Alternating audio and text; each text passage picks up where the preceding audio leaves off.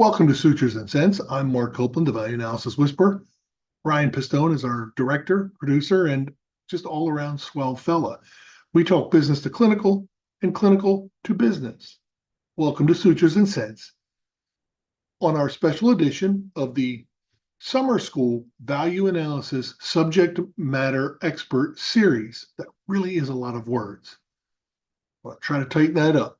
But where we talk to actual value analysis practitioners, consultants, people in the meetings to learn what they look for, what's a common need, and how to rethink what we do. Tonight's guest is a gentleman I met over a year and a half ago, and one of the many things I like talking to Bob about is Bob consults for value analysis teams. He helps them organize their data. He helps them make sure that when they institute a program of cost savings or that they track it, because it's much harder to track than I actually anticipated. So that it is hard, and we won't dive too deep into those details, but that's what Bob's company does, SVAH, and Bob's the Senior VP of Supply Chain and Value Analysis Solutions for SVAH, a company that was started several decades ago by his father, who sadly recently passed away. And we interviewed Bob before this, but Bob is just a favorite because Bob helps me understand what these value analysis teams are looking for and different ways to think about them. And I'll give you an example. Bob, during this interview, will talk about the big four-letter word I hear about all the time, GPO. I know it's not a four-letter word, it's a joke, but we hear about it all the time. Bob gives us some insights into understanding them. Bob says, replace the term value analysis with functional analysis. Now, I really didn't know what that meant. I had him explain it to me. He says things like, don't say, I like it. If you're a clinical champion, don't say, I like it. Say, it meets the requirements. Now, that's an interesting, differing, and almost engineering way of looking at things. But then he also says, hey, value analysis sales today is not relationship sales. It's strategic selling. Now, what does Bob mean by that? Well, you'll have to listen, but I think you'll learn some interesting things. You may disagree with Bob on some things, but again, you always learn. So let's talk to Bob Yokl of SVAH Solutions. Okay, Bob. So we know that price is important in buying a lawnmower or buying a total knee prosthesis, doesn't matter. So, but you deal with so many of these folks in these value analysis teams, and you consult with them. What are some of the key non-price elements that you see health systems are looking for or are giving a lot of importance these days that is less related to price and more related to value? Well, up front, if it's a new product, they want to know, is that revenue real for that new product that you're bringing in? Yes, you give them the CPT codes and all that, but they want to see, is that revenue that you're saying with this new procedure or that this will cover it real? All right. So it's very important that is covered, and from the revenue standpoint. Also, if you're in there and you're working on solving a problem, there's a problem with the product, and products have problems. Every product, it doesn't mean your product's not good. It just might not be meeting a requirement of a physician or a clinician or even just housekeeping with that particular product. So what you need to do is don't always think upsell. Maybe you might have to downgrade their product, and that's okay. All right. You want to be that trusted advisor to these organizations. You have to think about the long game here. It's not a sprint. I know your bosses are on your back, market share. But, think about the customer in the long term. Would you rather have this book of business with this customer so you lose $10,000 on a recommendation, but you keep that customer for 10 years because you are that trusted advisor to them? There's so much there that you could do for them. So you got to try and help them solve their problems, solve their bottlenecks. Yeah. that goes on. Okay. Well, that's actually really good. The bottleneck question or comment makes me think of there's a lot of stuff, a lot of products, new products coming out now that are designed to alleviate bottlenecks or allow staff that, let's be frank, post COVID is pretty burned out and being asked to do a lot more than maybe previously with less staff. So I've had people tell me that it's important that if your product can help us, our current staff do more, see patients for a little bit longer and less administration, or be more productive with the same amount of people. Is that something that you come across in these conversations that they're looking at as well? Is that anything? Operating room block utilization is always one. Can you help us maximize that? Which really isn't a cost.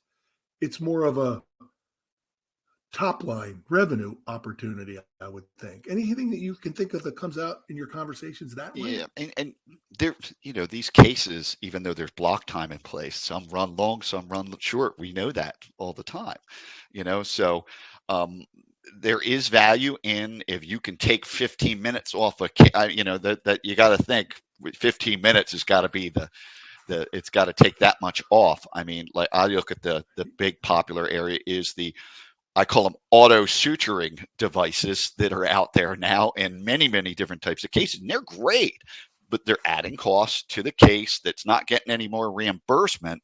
So as you say, you got to look at, are they really taking away 15 minutes off block time because of these auto suturing? Yes or no? There's a reality to all this. Or, I work with a wound care, very national or actually worldwide wound care company, and they used to talk about if this wound care dressing could reduce infections by 50%. Well, the cost of just one infection could be $20,000 to $30,000. And I was working with their marketing department and their clinicians, and I could not put my finger on $20,000 to $30,000 of what they were saying with that. Yeah.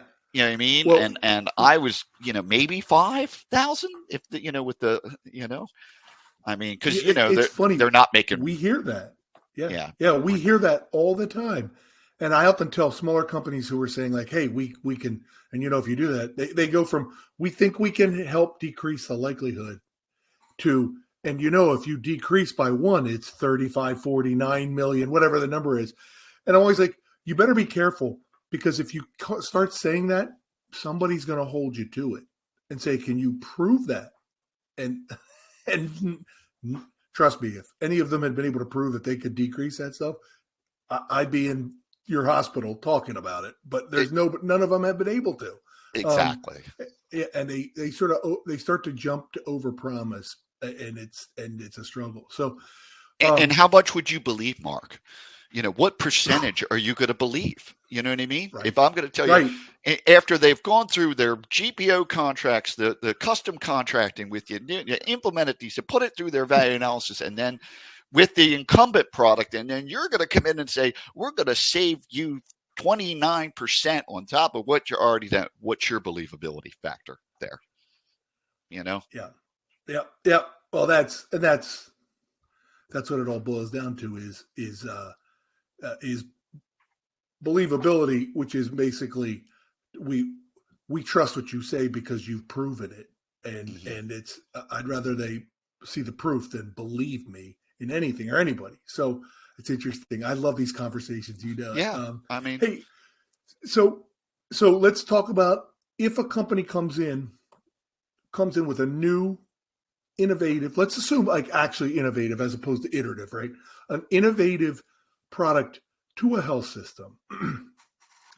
I always like to ask, like, how should they present this? And I mean to the health system, because what happens oftentimes is you have this really cool product, you launch it at AORN, a bunch of perioperative services directors see it and come back and go, "Ooh, that was really cool. I want to see that. Can you come in and show us about it?" But I've often heard that may not be a great way to do it with health systems these days. Do you have a sense of that from talking to folks, that if you would direct them how to do it?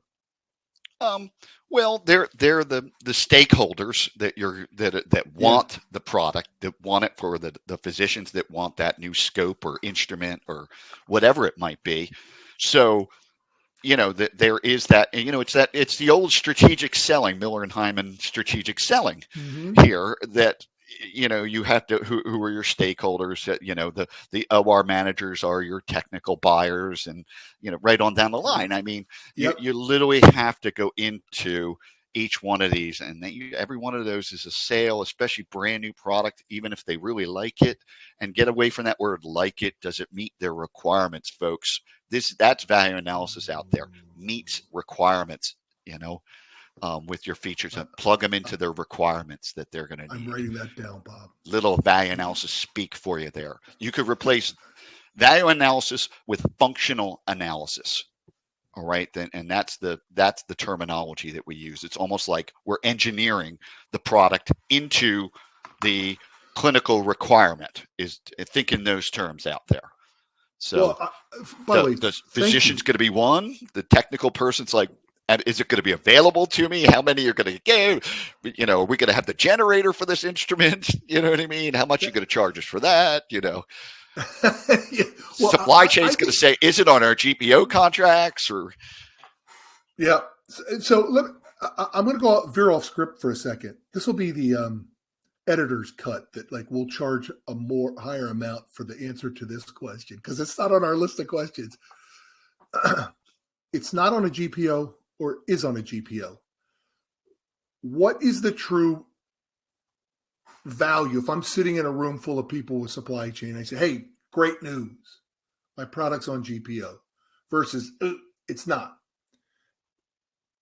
It's more than just a little bit of revenue back to the hospital. What's the value, Bob, from your perspective? Well, they have this overall on GPO, and I get it. I'm a believer in the GPO process. I mean, if you look at what supply chain departments really would be, they'd be double, triple the size at health systems or even individual hospitals, and they used to be. All right, but because the GPOs have that portfolio contracts, and then we have remember the baby bells, it's the baby GPOs, the regional GPOs that handle a lot of this. So they handle that contracting, but there's the overall administrative rebates that they get back, that's what they're looking for, and the CFOs like those checks, the supply chain directors like those checks. It's about putting that together, and they're using the GPOs like a formulary, if you will. It's staying within formulary of this. So the GPO is not just your GPO, it's a formulary. And that people don't understand that this is, you got to stay on formula. Like pharmacy, they have a formulary. All right. So that's the same with this. So you have to think in terms of, well, this is going to be off formulary here. Do we accept it? Is there that much of a stakeholder request, or is there more? Can we get a new procedure here with new revenue? Right. Right. So that's really interesting the way you described that. I've not heard it described that way before. And because I'm an old pharma hospital rep, and I have always said, to me, value analysis on the med device side is very similar to my formulary days in hospitals of getting a new antibiotic or antifungal approved in a health system on the P&T committee, the formulary people. And I basically, you're the first person to ever use that term in med device with me, and I'm so glad somebody did, because I know exactly what you're talking about. Oh, that's great. Exactly.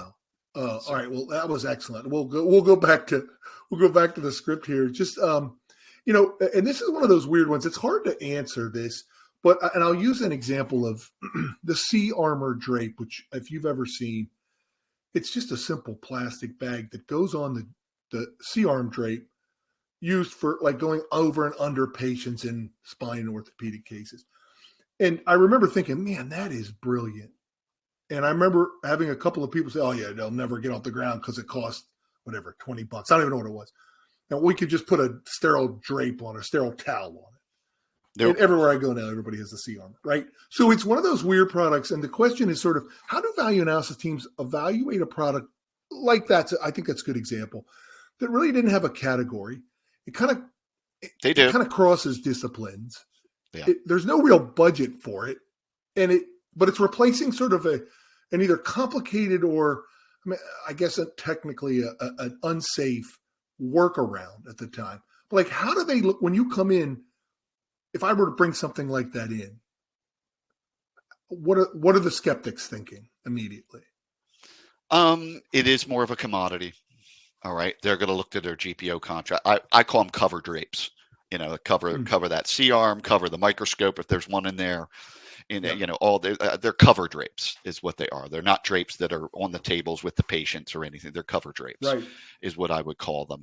So they're going to go to their GPO contracts or their primary distributors, which they probably are going through a GPO with them, and they're going to look at them for and see where the best value is to cover drapes. And from a functionality standpoint, if it doesn't fall off, how much better is better, in that. So they'll take a lower cost, if that thing's disposable. Like I'm sorry, Bob. Yeah. If it's disposable, right? That everyone's disposable. So the one they're buying is $20 and yours might be $17.50. But what's it going to take to get, if you're not a contracted vendor with the distributor that they're getting them from now, they're going to think about that. Yeah. So then let me give you a different example then. Let me come up with one that, try to think of one that doesn't have, because that does kind of fall into a category. I think when it first came out, it was sort of up against, but may have fallen into the cover drapes. Something like, software that helps OR block utilization, where sort of, I know now there's several of them that do it, but I'm trying to think of like a product that you come out with. Like, I sold a product called One Tray for a long time. It sterilizes instruments in a fraction of the time. And regardless of what some people think, it's just as safe as everything else on the market. But there weren't really any proxies to it. And like vascular lithotripsy, Yeah. Which they used it in the urinary tract forever, and now they're using it in the vascular world. And they can actually get some reimbursement for it. So there is some big advantages to that. I don't want to mention any companies out there, but there's some big advantages to that because it's an alternate, opportunity than going in and having to clear out those arteries that, with the blockages, and they could get in and break them up in the vascular area, which, that it's growing out there. So they took an existing technology and now they're applying it to the vascular world. There's something they were doing in the bladder and the urinary so tract. It does happen. Mm-hmm. And it is looked at. And like RF ablation, been around forever, but they're finding different uses for RF ablation. The surgical energy RF ablation there's so many different more new RF ablation coming out for different areas of the GI and different tracks there. Yeah.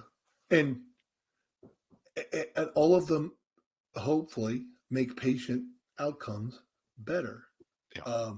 Right? Like, and that's people are. I have a lot of people who worry about is new technology going to be downgraded now in this era of austerity.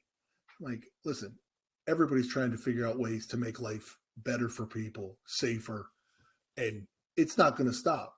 But you better come with all the stakeholders in mind, not just the clinical stakeholders. And I think that's what the smart companies are starting to do. If you and I were talking a little bit earlier before we got on, you talk to reps making their new product requests through the software that you guys have, which we'll talk about.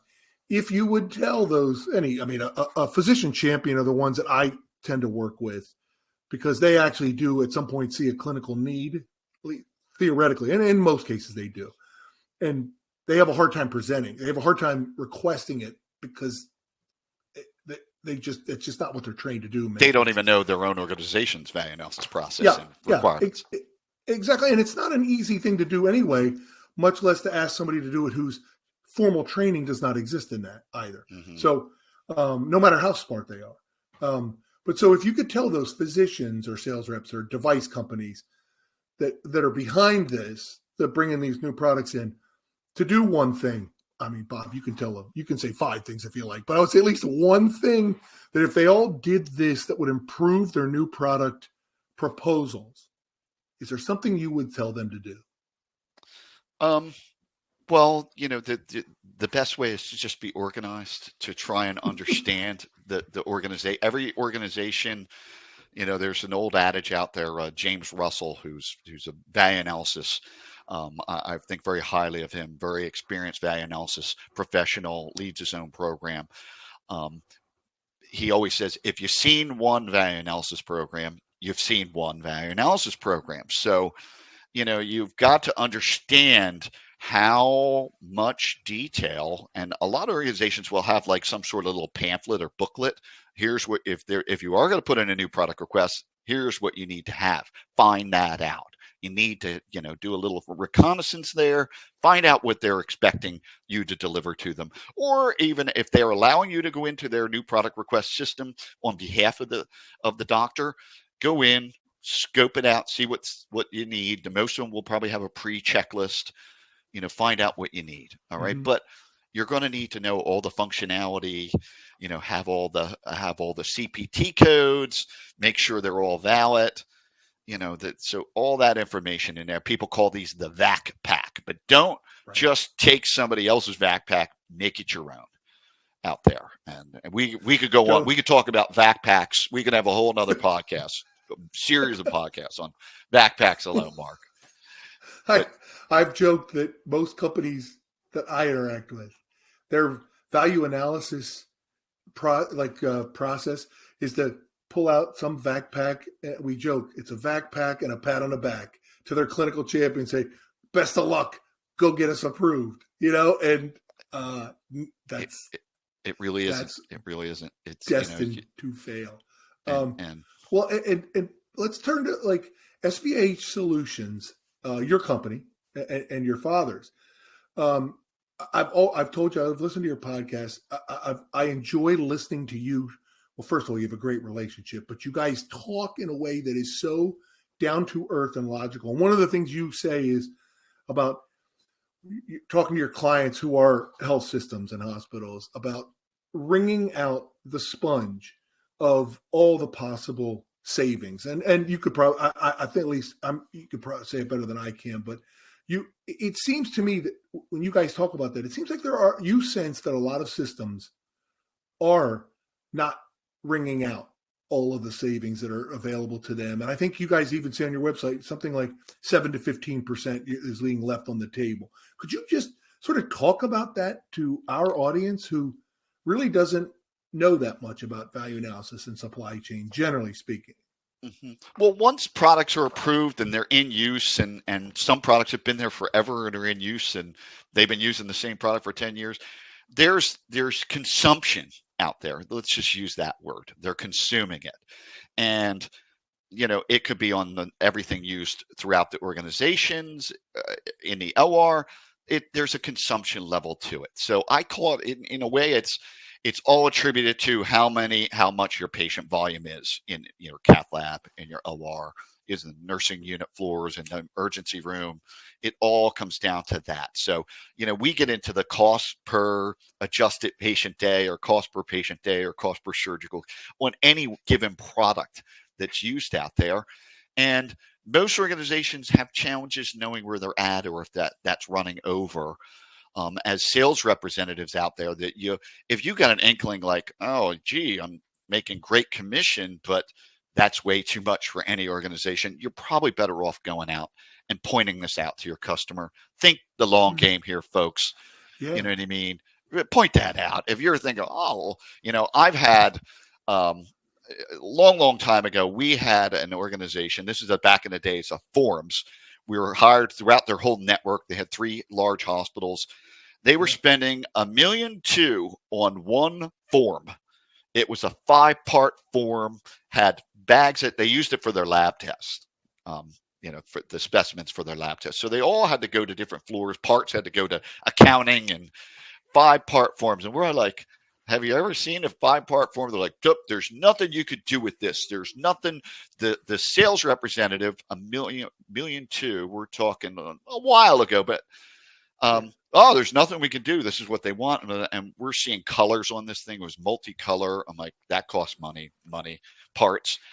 Then we find out, we say, show us this form. Where's it used? The storeroom manager walked us up to the nursing floor, and I said, a nurse came by and was going to print it out. Well, one form they went to print it out, and one form came forward, and it had printed a form, and then another form came up. So for every one that was printed out, it ejected another form.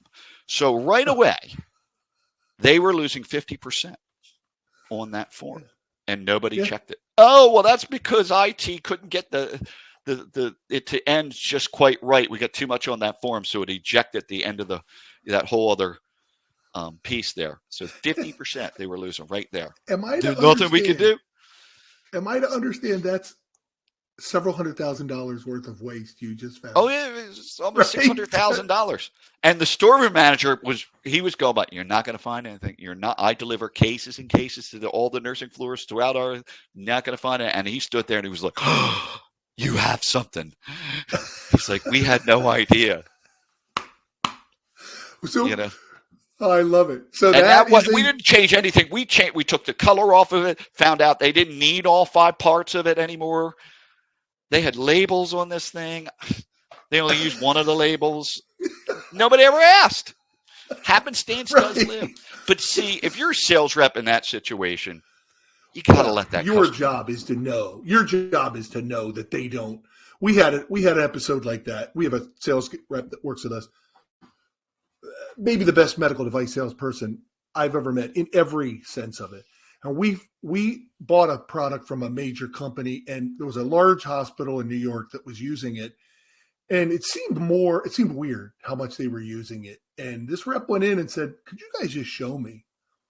And he found out they were doing something similar accidentally. They were under the impression that you had to open a whole brand new one for the second part of this patient. And he said, what are you doing? Like, stop that. And he's a New York guy, so he talks like that. He's like, yo, you don't need to do that. And somebody was saying to him in the hospital, hey, aren't you the sales guy? Aren't you taking money out of your pocket? And to his credit, he said, yeah, but I mean, like, I can't stand here and let you do this. That's not right. And that's why, like, he's a great salesperson, but he is a great person. And that's what he did. He went in. Had he been that paper guy, Bob, you wouldn't have been able to find $600,000 and improve it there, because he would have said, you guys, what are you doing? You don't need this, And so, to your point's very well made. I really like that. So that's what you guys will do that as tell me about that a little bit. Your second set of eyes. You come into a place to help them find savings, improve processes.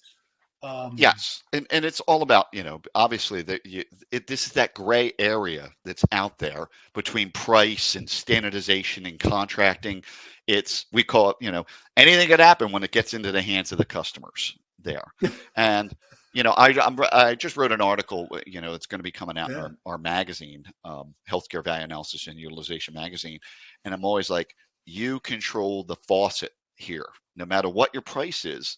Every organization controls the faucet on how much they use of the consumption of the product. So with that analogy, you think about it, and it could be anything from, we do blood benchmarking for organizations. I mean, you cannot change away. Most of them are American Red Cross. You're not going to change anything. They're stuck with your price, but you control the faucet there. You control your protocols, on what you're using. Yeah. And, it could be just a blood was 2 units of blood were always required for this one doctor, but guess what? He only is using 1 now, and the 2 units, the second unit got to room temperature, it has to be discarded. So whether you use it or not. So, we can get him blood right away if he needs that second unit.